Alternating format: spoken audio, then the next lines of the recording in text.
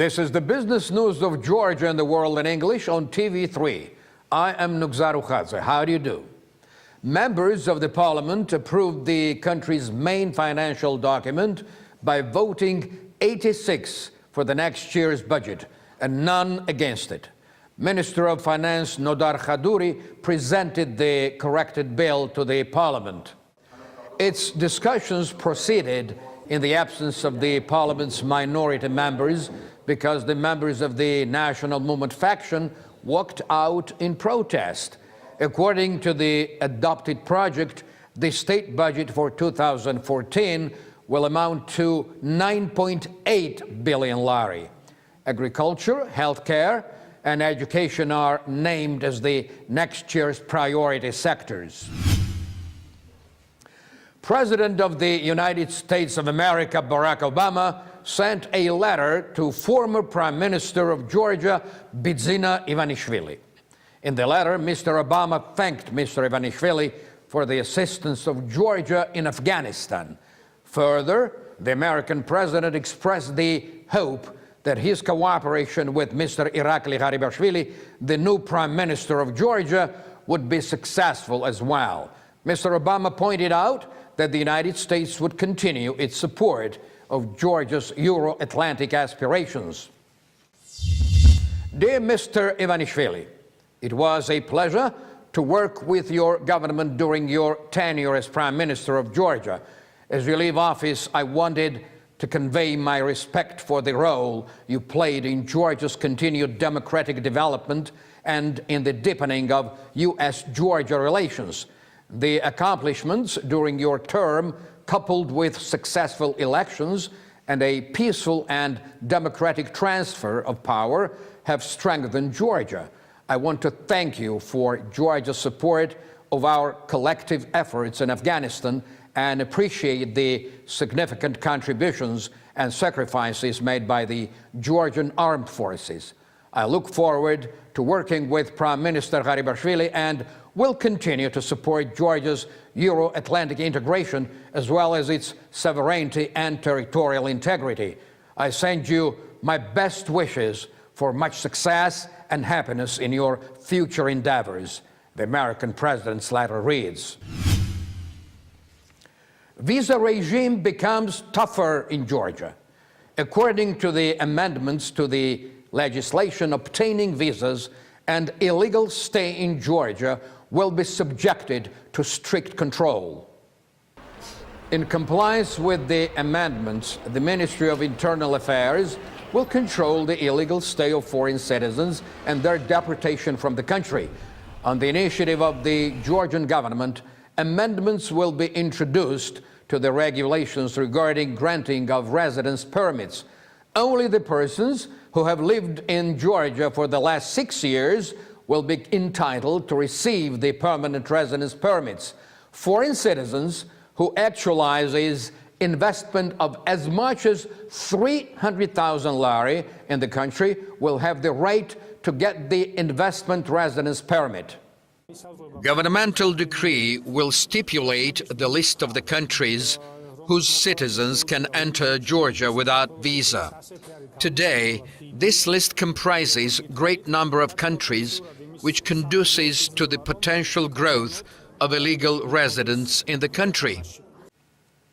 Deputy Minister of Internal Affairs Levan Izoria emphasized that the control over illegal stay in the country is a firm prerequisite for the visa liberalization action plan within the framework of Georgia's association with the European Union. The action plan envisages adjustment of migration sphere in our country, he said. The air company Georgian Airways plans to initiate flight along the Tbilisi-Sochi route. The first flight from the capital of Georgia to the City of Olympic Games of 2014 will be realized on February the 4th of next year. The flights are connected with the Olympic Games in Sochi, though. Georgian Airways intends to carry on performing flights to Sochi. Prime Minister of Georgia, Irakli Garibashvili, officially inaugurated electric power substation and 400 kilowatt transmission line in the Zikilia village of the XXII region. The transmission line will connect Georgia with Turkey.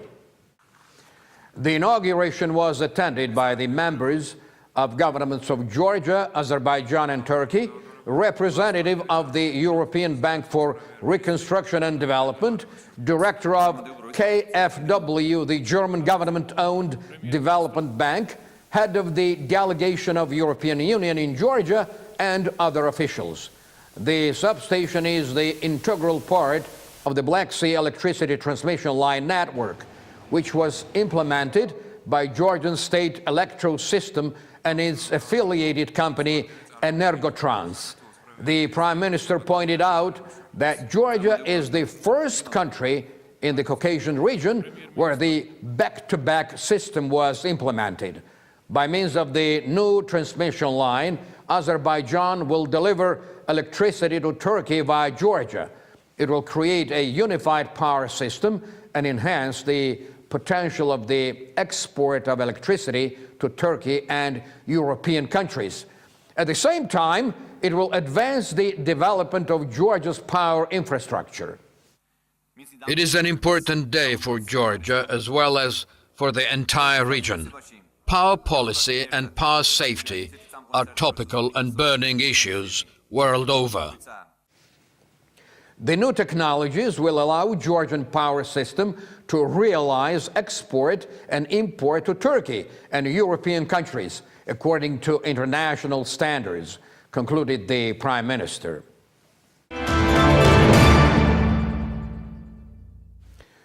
According to the readings of the National Service of Statistics of Georgia, the volume of direct foreign investments in the third quarter of 2013 amounted to $239 million, which is 3% more than the data of the second quarter of 2013. It exceeds the data of the third quarter of 2012 by 20%. As for the overall volume of direct investments in 3 quarters of 2013, it amounted to $551 million. The most voluminous investment was actualized in the financial sector, and it equaled to $28 million, which made up 20% of foreign investments. Investments in transport and communications are on the second place with $47 million, and investments in power sector with their $33 million hold the third place. In the third quarter of 2013, international organizations were the biggest investors. Their investment amounted to $50 million. The runner-up was the United States of America with $35 million. Turkey and the Netherlands invested $31 million each, and the United Kingdom and Malta came after them with $29 million each. The United Arab Emirates made the investment of $24 million. Growth of foreign investment in the country must certainly be a serious indicator for the Georgian economy to rebound. As I've said above, the energy sector is among the 3 investment attractive fields of our economy. Deputy Minister of Energy Ilya Ivanishvili told our TV3 that signing of the memorandum on investing hundreds of millions of dollars is underway. We have signed documents on investing about $80 million in building the new hydropower stations. At the same time, we have announced tenders for the new projects, and investors have offered bids in the vicinity of $500 to $800 million. Investment-wise, we have a 23% growth compared with the last year. I assure you that our ministry is very successful in attracting private investments. In the words of the Deputy Minister, the ministry is working on additional investments with the Tata Group and Anadolu Group. According to him, all current projects are going ahead. Ilya Ivanishvili assured us that wind energy projects will remain the priority of his ministry.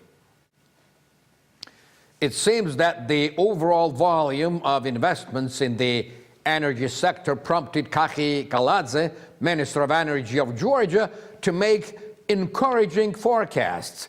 Kaladze insists that despite the fact that Georgia is 70% energy dependent on its neighbor countries, mainly Azerbaijan and Russia, the country has the potential of becoming energy independent in the nearest future. To achieve this goal, we should use our hydro resources efficiently. We depend on Russia in winter when we buy its electricity for a good price. If Russia exerts pressure on us, we can use alternative sources in the capacity of Azerbaijan and Turkey, Kaladze says. In his opinion, Russia will not use energy as a lever against Georgia. Either during the war in 2008 or after it, Russia did not resort to that practice. We have close and friendly relations with Russia in that field, Kaladze says. Despite the energy independence forecast for Georgia, projects of Khudoni and Shuachevi hydroelectric stations were highlighted in the Public Defender's 2013 report on human rights and freedoms. At the presentation of the report, Ucha Nanuashvili declared that his office is examining the legitimacy of building these hydro stations and probable infringement of local population's rights. By the initial assessment, it seems that there are questions regarding observing legal procedures connected with the construction of Khudonhesi. According to the information of our office, detailed assessment of project's impact on environment is not available and no ecological evaluation is conducted. In spite of that, high-rank officials are making public declarations about the inevitability of the hydro station, Ucha Nanuashvili said. He also added that in March, he will submit the relevant report to the parliament.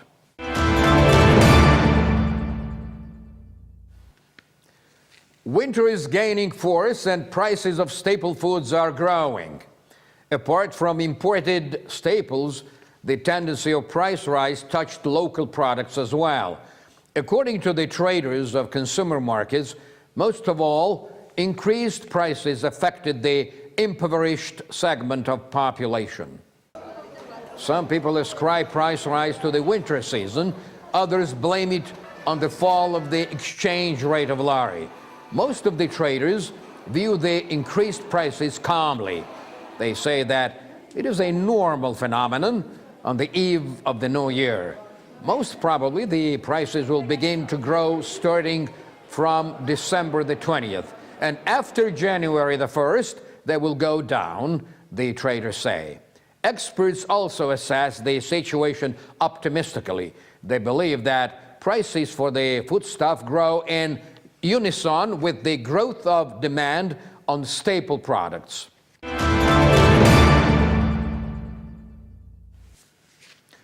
In connection with the International Day of Human Rights Protection, the Institute of Public Research and United Nations Women's Organization presented the results of the research, Violence of Husbands Against Wives.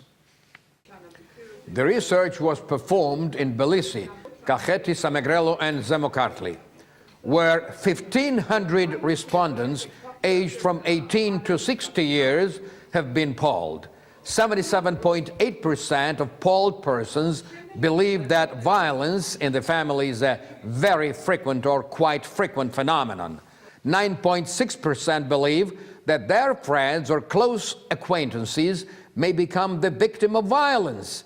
As for a woman's reaction to the violence, 69% believe that she must divorce her husband, while 17% think that the wife must endure the violence. 34% of respondents think that beating of the wife is justified if she doesn't care for the children.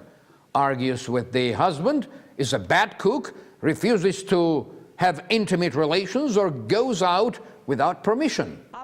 In Tbilisi and in Kakheti, they speak about these topics more freely. They are very reserved in Samegrelo and Zemosvaneti. These three regions greatly differ from one another. Attitudes of Tbilisi and Kakheti are closer to each other. Well, in Samegrelo and Zemosvaneti, people believe that it is the family's own business, and in case of violence, the victim shouldn't appeal to the police, said Sumbadze. The research was conducted within the framework of the United Nations program Promotion of Gender Equality in Georgia.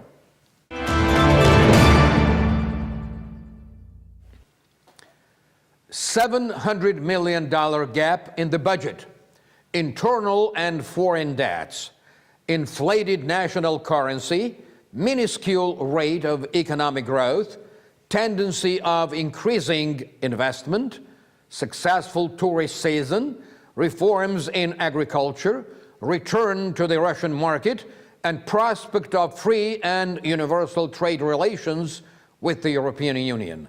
How should we assess the year of 2013 in the Georgian economy? To elucidate on this, I went and saw professor of Tbilisi State University and editor-in-chief of the Georgian magazine Sakartvelos Ekonomika, Georgian Economy, Emzar Geranaya.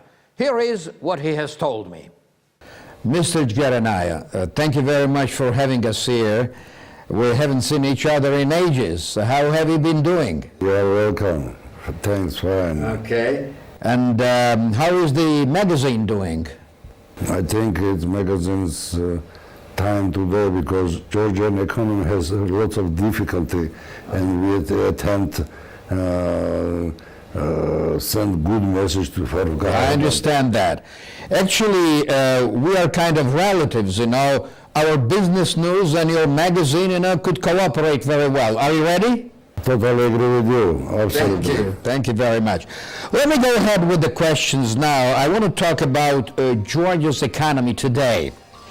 And the first straight question would be, what are the main reasons that has put Georgian macroeconomics in such a limbo? I mean, deflation, dropping GDP, and the budget difficulties.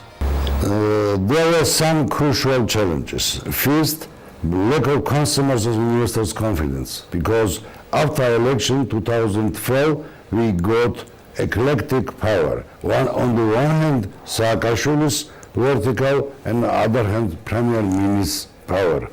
They are always arguing with each other, and for investors, it's impossible to understand what happens really.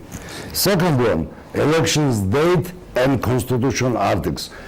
The election 2011 exists in October month, but it's very difficult because according to constitution, government have to send in this time draft to parliament. It's main problem because they don't do inventarization. Third very important moment is also 2013 is first year when we starting payback our debt. Okay. Now, if we can continue asking those questions, what was the main mistake, if any at all, of the new government in the economic policy of the country? I think the main mistake is gradually increase social security's financing. This is main mistake. Much more better if they starting do this step by step. Okay, interesting. What about the business environment in Georgia and the much talked about restoration of justice? Very interesting question. After election 2012, business demand returning back his assets, property, etc., etc. This influence in economic situation because everyone waiting this for finally this process justice. But very important, this long-run process is... It's a long-run process. Long-run process. Yes. It's very interesting. It's not easy because a law problem, institutional problem, but it's influence very hardly to economics. Certainly, it's not easy. I understand that. And now, let's talk about the economic bottom line now. What are the final results of all these efforts? We got deflation, very big problem, budget problem. It's very important.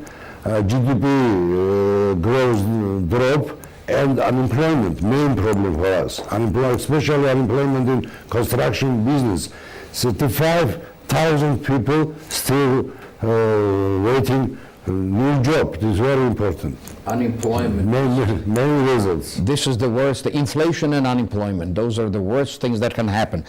Okay. What would have been better? I mean, well, generally speaking, what would have been better?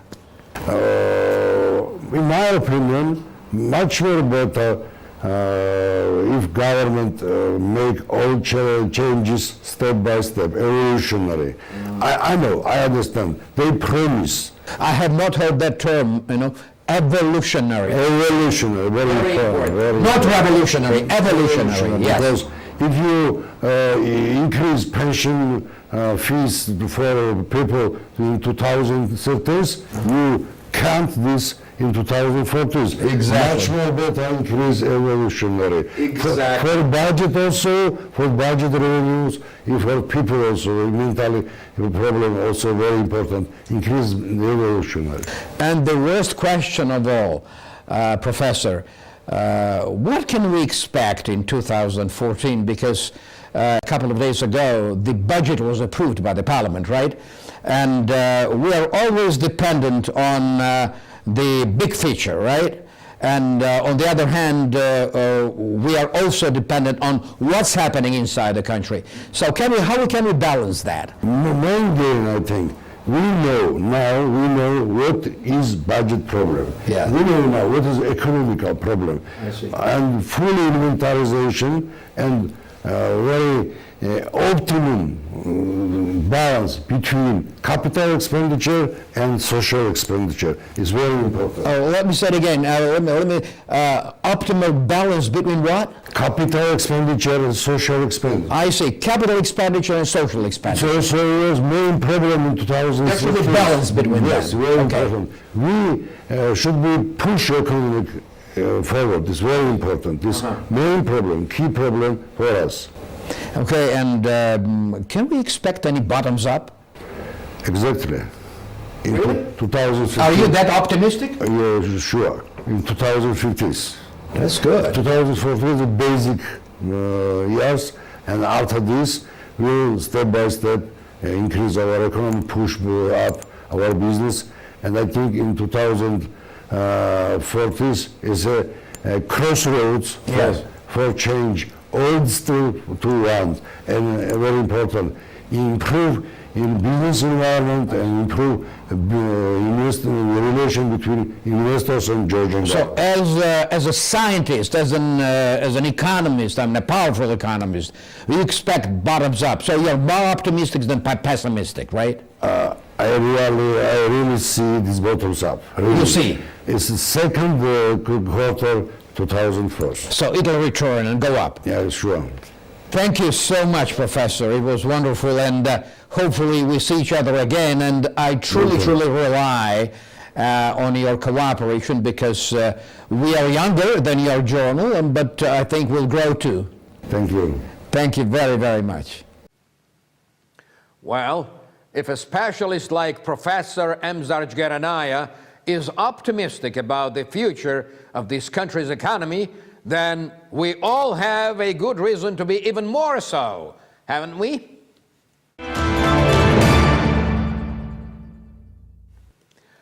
And now, good news for Georgian sports fans, and not only for them. Ivanishvili, border guard of the Ministry of Internal Affairs, won the title of world champion in kickboxing. The world champion in kickboxing took place in Antalya, Turkey, the Georgian border guard participated in the tournament in the name of Sporting Team Champion from Dedoplistsaro. 23-year-old Khvicha Kokuashvili was fighting in the 86-kilogram weight category.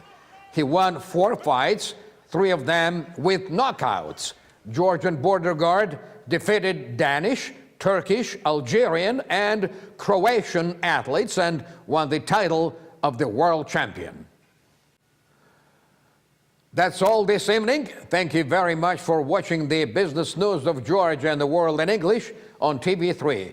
I am Nugzaru Khadze. I'll see you again next Sunday morning at 11 a.m. and also at 11 p.m. the same day. Until then, have a wonderful weekend. Cheers now.